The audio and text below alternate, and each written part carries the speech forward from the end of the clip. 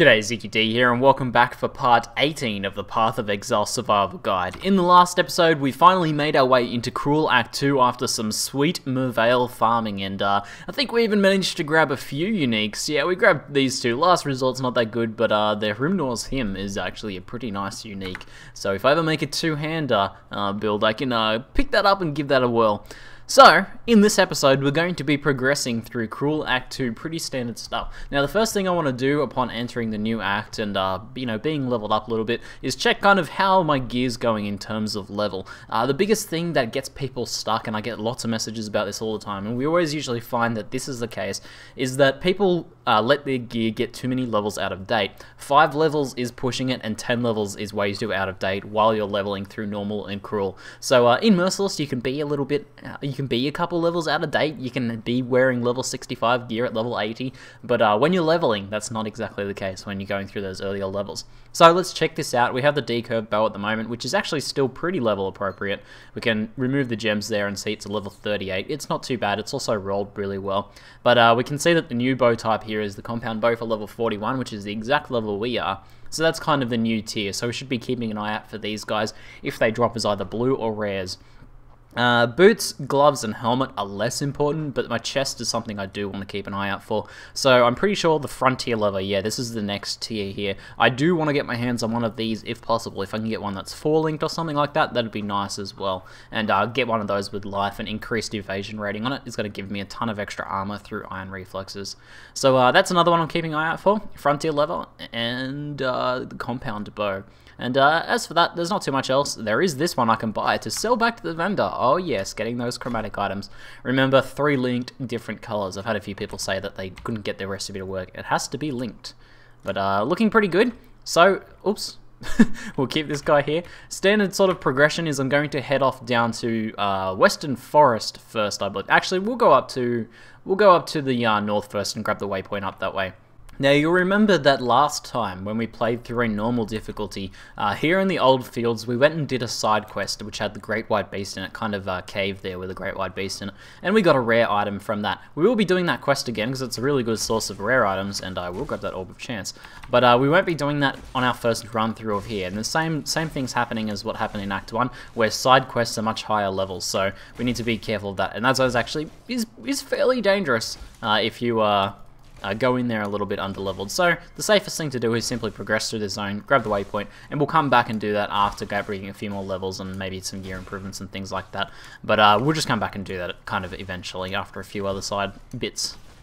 Now, a cute little side note is that these golems, you'll want to start to pay attention to resistances on mobs. These golems already have a lot of extra life, like Nice here as well, has extra life on top of that. So very tanky. And they're also resistant to lightning, you'll see underneath their name. You want to pay attention to that, because that means that it's going to take forever to kill those guys if you're using Lightning Arrow. However, since we have Frenzy in this build, it works out pretty well. We can still kill those guys pretty quickly. That's a full leather. I'm looking for Frontier leather. I'll grab this guy to sell, though. But onwards into the crossroads to get the waypoint there, and then we'll head over towards Western Forest. Alright, so here's the waypoint. We'll just head straight back to town there. There's not too much point sticking around there. We could go farm Fel Shrine if we wanted to, but I think we'll head off to the left first. I don't really think it's ever really necessary to farm Fel Shrine in Cruel difficulty, but if you are struggling to get through Act 2, it is probably the best place to farm. That is unless you have like capped fire resist, in which case Western Forest is probably actually the best spot to farm for a lightning arrow build like this. The reason for this is in Western Forest you'll remember that there's these exploding mobs, and those guys don't give XP if they explode on you. You used to be able to farm Western Forest by just running through and letting those guys explode on you, which was a lot of fun. But nowadays you actually have to kill those off. However, a lightning arrow build is able to actually do that really well. You just get all these, just group up the bandits running behind you, like what I'm doing with these monkeys here, and just simply burst them down with your AoE there. And I'm not going to bother about those scrolls. But yep, so for just progressing through pretty much all these zones, that's what we're going to be doing, is just taking advantage of our lightning arrow like this. Just grouping up the lightning arrows as much as possible. Remember using our ranged aiming technique to aim past the mobs we're aiming at. And that'll group them all up on top of each other. And as long as you take a few steps each time you fire, they'll all stick together very closely and you'll have very efficient kill speed. And you'll notice we're raking in the XP. And even these rares and stuff like that in there are dying pretty quickly as well. Which we might get some loot off those guys. What's that coral amulet like? Oh, it's an amulet. I'm not after a coral amulet. I do have a coral ring here. I want to get an augmentation orb for to try and roll, which I haven't had any luck getting those. Oh, these gloves could be good. But these zones are pretty nice XP. Like, just sort of running through them and clearing them like this is really nice. But I wouldn't really farm them. Western Forest is the one to farm because it's just like this, but better XP, higher level zone. So you'll notice how Frenzy with 5 stacks now is pretty effective single target, and very fast attacking and chips away at them pretty quickly. So we got a level. I'm thinking now, before I was heading up here, and I grabbed that Frenzy Charge, and I was going to head up through these damage nodes, but I actually think it might be worthwhile now to go down and get Iron Grip. We're looking at our strength now. We have about 160 strength, which is enough to start benefiting off Iron Grip a fair bit. The actual rate, I think, is 2% fizz damage per 10 strength. I think. I'd have to double check that on the wiki to make sure. But it calculates out pretty well. We're around 200 strength. You're getting really good returns from Iron Grip. And since it's only 2 points, we actually get pretty good. And we'll even get 10 more strength on the way there. So I'm going to duck down and grab Iron Grip now. It'll be a nice damage boost. And then from there, I'll probably head upwards past Resolute Technique. I'll grab Resolute Technique once my accuracy drops below 90%. And we'll head up towards the Arcing Blows. Sorry, the Shock Stack Cluster. I can't remember what the name of it is. But the ones that will give us our shock stack back, so we can take that first even. And there's also some really nice life nodes up there we can take advantage of. And we'll grab Resolute Technique once our accuracy drops. The Hussar Brigandine is also a good option for armor at this point, to level 42. That one's rolled with 5 sockets, unfortunately only 3 and a 2 link, not a 4 link or a 5 link. Would have been pretty nice as well, but that's also pretty unlikely. So no luck with that one. I'll probably just leave that one and we'll see if we can get a magical one or something like that. I'm not going to bother rolling a white chest piece unless it also has good links. If it's a white with good links, I'll roll it. If it's a magic with good stats, then maybe I'll use it and see if I can add some links or just deal with the fact that it doesn't have links and get links elsewhere on my gear. At this point, we can get by pretty easily with 4 links, and that can be gotten on, you know, our gloves, our helmet, or our boots, or anything as well, our weapon and our chest. So having 2 4 links is going to be optimal for us. We can start adding things to Frenzy, making our single target damage a bit better. Oh, heaps of blue monkeys. Love the XP we'll be getting from these guys. It'll be pretty juicy. Try and kill down any blue packs you get. Another side note I want to mention is if you see any rings drop, especially if they're types you already have, or resistance rings as well, make sure to pick those up. Here we go, there's a topaz ring. Man, this game knows timing. This game knows how to do timing well. Tris Wilson is watching and giving me the things I need. That's actually going to be super helpful as well. Let's see how it rolled. Oh, that's pretty nice. Wow, 2 to 23 lightning damage is really nice. Some extra dex and int, doesn't hurt.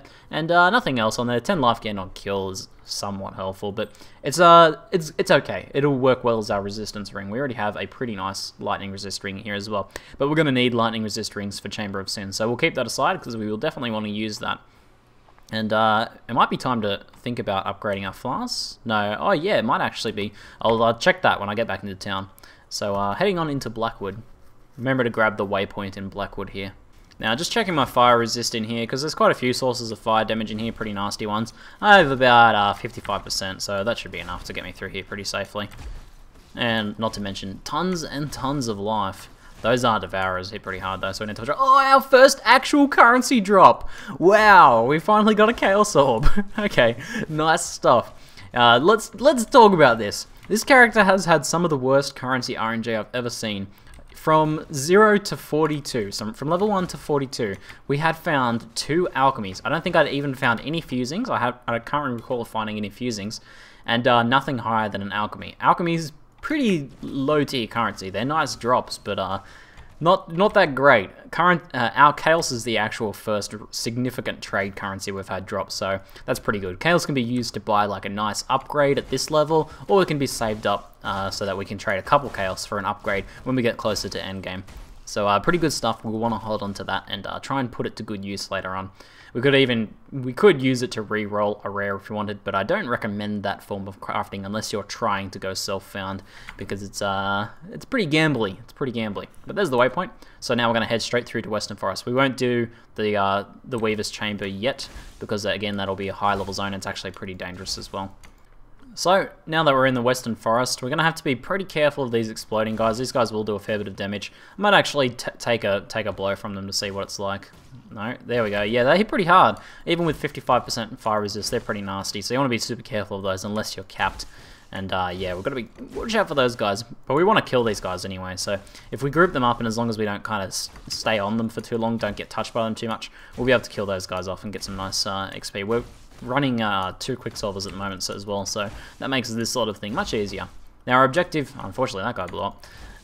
Our objective in this zone is going to be to get the waypoint and to do the side quest to get a passive point. So kill the little commander at the end, and get his stone and stick it in the wall to clear the passage, essentially, through there. Did I get all those blues? Yeah, I'm not going to bother with power rings. Probably won't be equipping any power rings since we don't have any mana. So you can probably get a sense of here why Western Forest is considered a pretty good farming zone. The way these bandits run around and bunch up behind you makes them excellent for any sort of AoE character with some amount of range to farm down. So this is why this is one of the 2 good farming zones in this act. But the other one is Western Forest, Fel Shrine. This is Western Forest, and I might show off how to farm that zone as well. There's another deco boat. We don't need one of those guys, because I'll give you guys the options. Western Forest is probably the more profitable. It's the faster XP, but it's also the more dangerous one. So if you feel like you're getting close to death in Western, you might just want to clear it just the once to get the quest objectives, and then farm Fel Shrine for a bit of a safer one. Fel Shrine's a nice farming zone if you're in hardcore, for example, and want to play it a bit more safely. Alright, there goes Captain Artery. I just realised his name spells artery, basically. But we can go chuck this in now. And if you just want to sort of get away from these guys, you can go into the next zone and waypoint from there. Oh, sorry, use your portal scroll. But they're good XP, so we'll go ahead and kill those. Check out all the chromatic items. I've got 3 chromatic items from this run. Getting some nice chromatic recipe items here. There we go, there's one. I don't think I'm going to bother with the axe. Sell this guy. Oh, we need to identify those trapper mints, actually. And sell this guy. But let's check out these gloves. Come on, gloves. Oh, they've got life. They've got some lightning resist, but our current ones have damage, life, and double resistances. Much lower life, but I think that's worth keeping for the extra damage and extra resistances on there. So we'll go ahead and sell those gloves. Oh, and we get an augmentation. Now, this appears when you sell a rare with 6 affixes. So this has dex, accuracy, life for 3, and then energy shield, rarity, and lightning resist for another 3. So full 6 affixes would get the augmentation orb. So now we're going to try and see if we can get something good on this coral ring. And we got life regen. Okay, no good. Is this actually, was this even worth item level? 38. It was still pretty relevant, but I'm not going to bother with it. I'm not going to bother trying to re-roll it at all. We'll stash our chaos orb. If you're playing in hardcore, you'll make sure to stash your valuable things in case your character dies. Nothing worse than finding an exalted orb and then having your character die right after. So you want to watch out for things like that. But since we grabbed that quest, we will go back to Act 1 and get our skill quest reward. Skill point, our passive skill point for this guy. So that comes from Bastille here. And there we go. And that'll give us iron grip, actually. So let's see, we're going from 109 and 207 to 127 and 254. Pretty nice jump. Pretty significant. We do have a decent fizz bow here, so if we have a decent fizz weapon, we'll get a big increase from that because it scales our fizz damage specifically. So that was a pretty nice boost just for the 2 passive points there, so pretty happy with that. Now, back into Act 2, I will head towards Fel Shrine and show you guys how to farm Fel Shrine in Cruel if you want to farm it. So to get to Fel Shrine, we just head down to the right here. There's the road. I think we've done this. I think I have shown this actually for, not how to farm it, but I've shown how to run there for a passive respec quest, if I remember. So there's 2 ways of farming Fel Shrine. If you're with a group or you just kind of want to speed farm it, just to grab a few quick levels, you can stick to the road and basically just kill anything along the road. That's a pretty viable strategy, and some people prefer that. I'll check that amulet out. It could be good. And the other strategy is to kind of just crisscross back and forwards up and down the map like this. That's the more thorough method. There's lots of chests in Fel Shrine as well, so what you kind of do is, I'll show off this method. This is my preferred one, is to do the crisscrossing method. We basically just run around. I'm just going to skip golems because they're going to take too long to kill. So we find a wall, we jump to the other side of it, and we just jump from chest to chest and pack to pack. And it's actually a pretty nice way to get some extra currency and stuff from these chests, and to get some extra item drops. This is level 42 zone, so we're getting level appropriate stuff in here, at least for a few levels. So we'll just follow this wall along. There's a zombie pack, we'll kill these guys off when they appear. Just kill the nice quick packs, blues, skeletons, and zombies, and skip golems for the most part. Even like blue or rare golems are worth skipping mostly because they take too long to kill. So going to lower your overall XP efficiency. Now, Molten Shell is level 8. I need to double check the cast and damage taken one, but I'm going to leave it at that. It'll be quick to get it to level 9 later if we want to, but I think it's either level 8 or 9 that we want to leave that at. So to get rid of that, basically to put it in my inventory there instead of having it appear on the main screen, simply right-click the plus symbol. I'm not going to bother killing that zombie because he's going to take forever with his regen aura. So we'll just kill off these guys and keep moving. And I'll just crisscross through. I'll get one level in here and then I'll continue on. I don't feel like I really need to farm in here too much. But if you guys want to, just either use this crisscrossing method. We see a door to the other side of the wall here, so we want to jump on the other side of that and then crisscross back. And we'll just follow these walls along and kind of do that. You'll get these walls every now and then as long as you jump onto the opposite side of it. Whenever you encounter a doorway, then you'll be able to keep progressing forwards through the zone. Here's a nice juicy pack of skeletons there. So what we're going to do is keep farming along like this, and then once we reach the church, which I will just go ahead and skip along because I don't really need to farm in here too much, I don't think. I think we're going pretty well in terms of both gear and level. I feel like I'm still progressing pretty smoothly. We'll kill off these big zombie pack here though. Once we get to the church here, generally the way I run when we get to the church is I'll actually go around this wall and stick to the outside here because there's usually some extra packs down here we can kill, like there's a pack here. And also there's another pack over here. Sometimes you'll get some blues and stuff in this area as well. And we can basically just go up through this other side doorway here. I'll just skip all this stuff just to show you guys. And we can duck up there. There's some mobs up there we can kill. And I usually come around this bottom route here of the church and then duck in through this kind of a gap in the wall up here. And then to refresh the zone, we simply want to jump in this doorway here to the crypt. This is the side quest for the passive respec point, you'll remember. So we don't need to do the quest in here. We want to make sure we have touched this waypoint, and then simply control click the door and create a new instance and run back to the other door, back to the crossroads, and we can just keep farming the zone that way. But for now, I think, we'll check out this amulet. Mana regen's not going to help us, unfortunately. Now, I think the best option is probably to go Chamber of Sins first, since we have really good lightning resist. What's our lightning resist actually at the moment? It's already 75, so it's already capped just with the one ring. So we'll go do Chamber of Sins. It's going to be the easiest one to do. So I'll just jump back into Crossroads and head up to the left here. So Chamber of Sins is actually a really decent farming zone as well. It's not one that I farm myself too often because often I find I don't have the lightning resist required or it feels a bit dangerous, but Zone 1 is pretty safe and pretty nice to farm. A lot of people use it as an alternative, a faster XP zone to Fel Shrine, because Fel Shrine, although it is the safest of all of the farming zones in Act 2, it's also the slowest. So it's a good option if you do want to farm in here, but usually I'll just farm in here as I progress through. Let's grab this shrine here.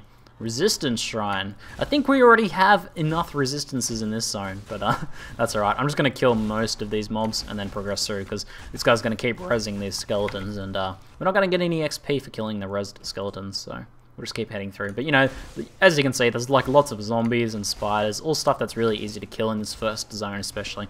Zones 2 and 3 are a bit more dangerous, especially if you don't have very good resistances, but Zone 1's really fairly easy.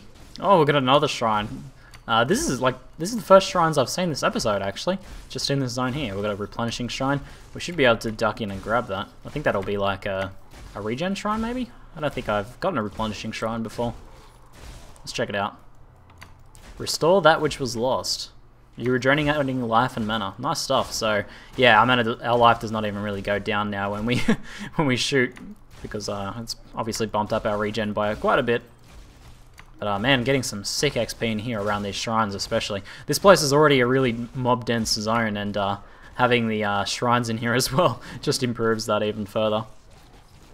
So I will check flasks. That's something I want to do. Now I've saved up my life flask so I can use the life flask upgrading recipe if we need to get an extra one somewhere there. But what's that life gain on hit? Keep upgrading all our support gems. I don't think there's any support gems we don't want to level except for cast on damage taken, but that's not for a long time yet. So we don't need to worry about that just yet. Alright, so there's level 43, and for now, since we've got an Iron Grip, I'm probably going to head up this way. We'll go past Resolute Technique. As I said, we'll grab that when we want to. We're going to get lots of Strength nodes heading up through here, so although Strength nodes by themselves generally aren't a big help, they give us a little bit of life. Since we have Iron Grip now, we're actually benefiting from the fact we're getting all these Strength nodes. So I think actually getting Iron Grip before moving upwards like that was actually a really good choice, because we're actually going to be getting some benefit from basically traveling this highway, which is otherwise usually getting nothing, so that'll be pretty nice. But man, I'll just keep farming my way through here. Check out this density. This is, I love me some nice mob density. Wow, there's some insane shock damage going on in here. I'm glad our lightning resistors kept. Check out this, I've got a lightning shrine, lightning skillies everywhere. All sorts of lightning going on. Let's actually go in and grab this for ourselves, speed this up a little bit. Oh, there we go. Very nice. Oh, here's the boss, Black Death. She's actually going to be pretty dangerous for us. Oh, we'll see how well we can tank and burst her down with the lightning shrine here. Take full advantage of it. Oh man, it's going to be pretty tough. All those chaos, all that chaos damage. Man, I got like 3 Viper Strike stacks. Oh no, it's pretty rough. I might have to. I could zone, or I could go back to town, or I could do both. Let's go for a bit of kiting, I think. Actually, maybe some temporal chains would be a good idea here. And, of course, decoy Brotum, always a good choice. There we go. Makes, sometimes the smart approach is, much better off than just trying to face tank it. Especially, even though we're really tanky, some mobs like that are still quite dangerous. Chaos damage especially is pretty much always dangerous. Alright, looks like we've made our way to the boss Fidelitas. This guy's always super dangerous, even with capped lightning resist. You can see he still does a ton of damage, so you want to use everything at your disposal to stop yourself from getting hit by him as much as possible. So decoy totems are always a good choice, and we can basically just keep spamming those up. Oops, not that much. I was kind of messing up my buttons there, trying to curse. And we'll use our temporal chains as well to slow him down. And there we go. Any sweet loots today? Quiver could have potential. I think our helmet's still really good, so I'm not going to be able to get an upgrade for that. 5 to 9 Fizz, Stun. Ours has got 1 to 27 Lightning and Resists on it, so that's good. We don't need to actually talk to her. We can just go grab the Baleful Gem and go straight back to town, and she'll be like, fine, just go to town by myself. We don't need to talk to her to do that quest, but we do want to talk to, I think Garoost gives us the quest reward for this one. So we get an item. Now, what do we want to take? Man, the chances of rolling a good bow are kind of a bit iffy. Let's what level is the sniper bow? Is it level appropriate? Sniper bow is level 44. Okay, so we're 1 level off the sniper bow. So that's a good option. Our current quiver is okay-ish. We could potentially get a much better one. And obviously none of the other choices are good. So I do want to go for a bow. It might be worth gambling on the bow, because our bow is falling behind a little bit in terms of level. Still, 55% Fizz and the 11 to 19 Fizz damage roll is really nice. Ooh, a bit of a tougher decision. Let's gamble on the quiver. We'll gamble on the quiver. If that rolls well, it'll last longer. Come on, quiver. Oh, it's terrible. Oh well. We tried. We'll still hang out for a bow upgrade, but we've got some more chromatic items and stuff here to sell. Everything goes to the vendor. Ah, well.